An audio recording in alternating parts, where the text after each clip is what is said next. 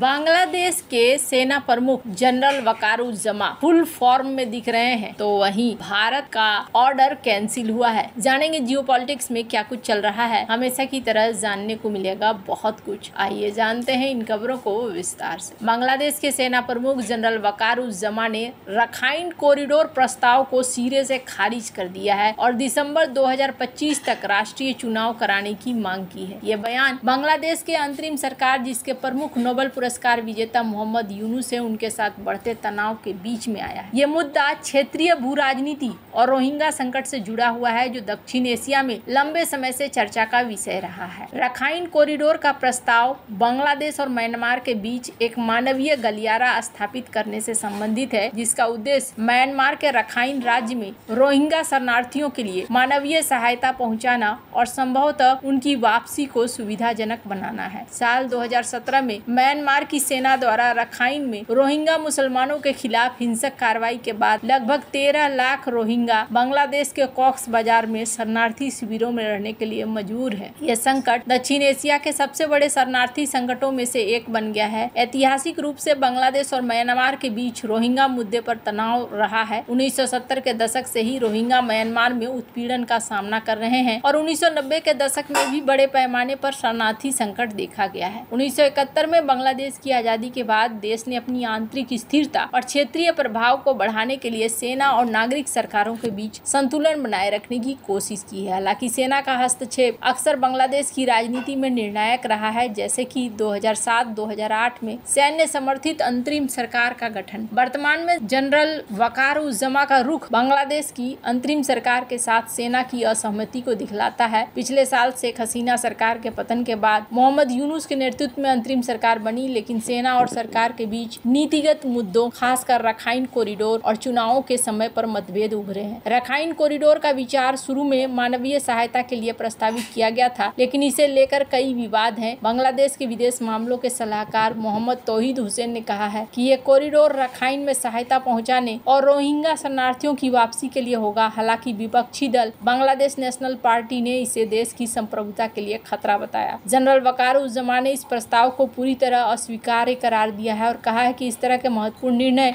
केवल एक निर्वाचित सरकार ही ले सकती है। उन्होंने ये भी जोर दिया कि दिसंबर 2025 तक राष्ट्रीय चुनाव होने चाहिए ताकि देश में लोकतांत्रिक प्रक्रिया बहाल हो। इस मुद्दे ने क्षेत्रीय शक्तियों, विशेष रूप से भारत और चीन के हितों को भी प्रभावित किया है। भारत ने रखाइन कॉरिडोर को लेकर चिंता जताई, क्योंकि म्यांमार में चीन का प्रभाव बढ़ा सकता है, विशेष रूप से क्याक्योफ्यू गहरे समुद्री बंदरगाह जैसे रणनीतिक परियोजनाओं के माध्यम से। जनरल वकारुज्जमा का बयान अंतरिम सरकार और सेना के बीच बढ़ते तनाव को दिखलाता है। मार्च 2025 में सैन्य तख्तापलट की अफवाहें उड़ी, जिन्हें सेना ने खारिज किया। हालांकि ये बयान इस बात का संकेत है कि सेना अपनी भूमिका को लेकर सजग है और सरकार के फैसलों पर नजर रख रही है। क्षेत्रीय रखाइन कॉरिडोर का मुद्दा भारत बांग्लादेश संबंधों को प्रभावित कर सकता है। भारत पहले ही यूनुस सरकार से कुछ फैसले, जैसे कि बांग्लादेश चीन सैन्य सहयोग की खबरों से असहज है। यदि कॉरिडोर लागू होता है तो ये भारत के लिए राजनीतिक चुनौती बन सकता है, क्योंकि म्यांमार में चीन का प्रभाव बढ़ सकता है। रोहिंग्या शरणार्थी इस कॉरिडोर से प्रभावित हो सकते हैं, लेकिन कई शरणार्थियों ने रखाइन वापस जाने से इनकार किया है, क्योंकि वहां सुरक्षा और नागरिक की स्थिति अनिश्चित है। सोशल मीडिया पर कुछ लोग सेना के रुख का समर्थन कर रहे हैं। कुछ का मानना है कि अंतरिम सरकार को जल्दी चुनाव करना चाहिए और कुछ इसे सेना द्वारा सत्ता हथियाने के कोशिश के रूप में देख रहे हैं। कुछ यूजर्स ने रखाइन कॉरिडोर को लेकर भारत और चीन के बीच जियोपॉलिटिकल प्रतिस्पर्धा की भी चर्चा की है। जनरल, ऐतिहासिक रूप से बांग्लादेश में सेना और नागरिक सरकार के बीच तनाव ने कई बार बड़े बदलावों को जन्म दिया है। ये स्थिति उस दिशा में इशारा भी करती है। खैर, बांग्लादेश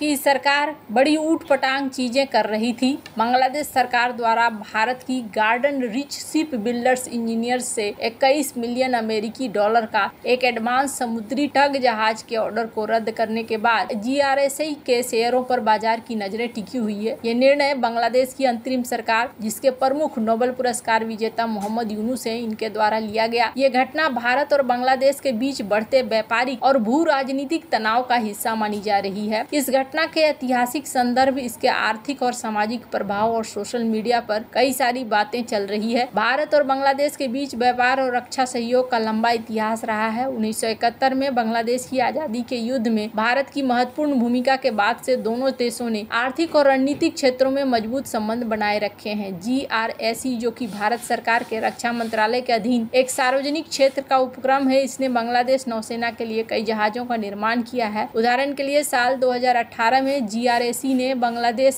नौसेना के लिए एक अत्याधुनिक ड्रेजर जहाज की आपूर्ति की थी, जो दोनों देशों के बीच रक्षा सहयोग का एक महत्वपूर्ण उदाहरण है। हालांकि हाल के सालों में, विशेष रूप से शेख हसीना की सरकार के 2024 में पतन के बाद भारत और बांग्लादेश के बीच संबंधों में तनाव देखा गया। शेख हसीना की सरकार को भारत समर्थक माना जाता था, लेकिन उनकी बेदखली और मोहम्मद यूनुस की अंतरिम सरकार के सत्ता में आने के बाद बांग्लादेश ने कुछ नीतिगत बदलाव किए, जिनमें भारत के साथ व्यापार और रक्षा सौदे पर नए सिरे से विचार शामिल है। इस ऑर्डर रद्दीकरण को इसी संदर्भ में देखा जा रहा है, खासकर जब भारत ने हाल ही में बांग्लादेश से रेडीमेड गारमेंट्स और कई खाद्य पदार्थों, लकड़ी के फर्नीचर जैसे सामानों के आयात पर पाबंदी लगाई थी, जिससे बांग्लादेश को लगभग $770 मिलियन का नुकसान होने का अनुमान है। GRSE को बांग्लादेश नौसेना के लिए एक उन्नत समुद्री टग जहाज का निर्माण करना था, जिनका मूल्य $21 मिलियन अमेरिकी डॉलर था। यह जहाज बांग्लादेश के समुद्री बेड़े को मजबूत करने और समुद्री परिवहन में सहायता प्रदान करने के लिए था। हालांकि बांग्लादेश सरकार ने इस ऑर्डर को रद्द कर दिया, जिसके कारण GRSE के शेयरों में गिरावट देखने को मिली। इस निर्णय को भारत द्वारा बांग्लादेश से आयात पर लगाए गए प्रतिबंधों का जवाब माना जा रहा है। 17 मई 2025 को भारत के विदेश व्यापार महानिदेशालय ने एक अधिसूचना जारी करके बांग्लादेश से 7 श्रेणियों के सामानों जैसे कि गारमेंट्स और कई खाद्य पदार्थों के आयात को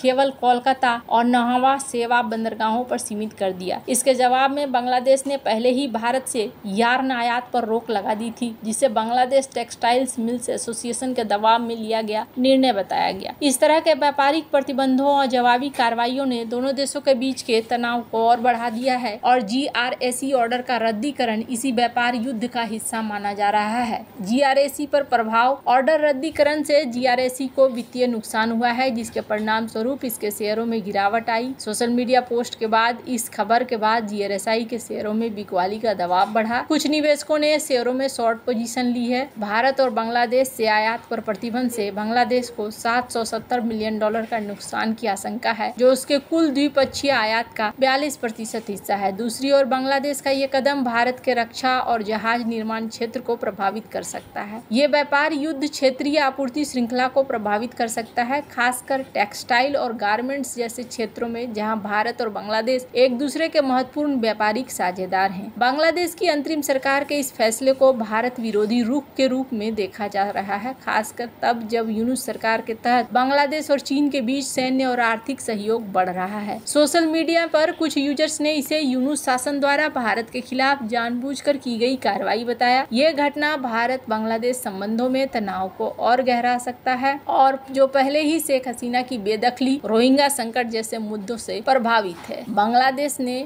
जिस तरीके से किया है, उसके बाद ये देखने को मिल रहा है कि अब घटनाएं दोनों के बीच में ज्यादा ही बढ़ती जा रही हैं। पर अब आर्मी चीफ के एंट्री के बाद सीन थोड़ा बदलता हुआ नजर आ रहा है। आपको क्या लगता है इन सब मामले में? आपकी क्या राय है? कमेंट कर जरूर बताएं। जल्द मिलते हैं अगली वीडियो में नई खबर के साथ।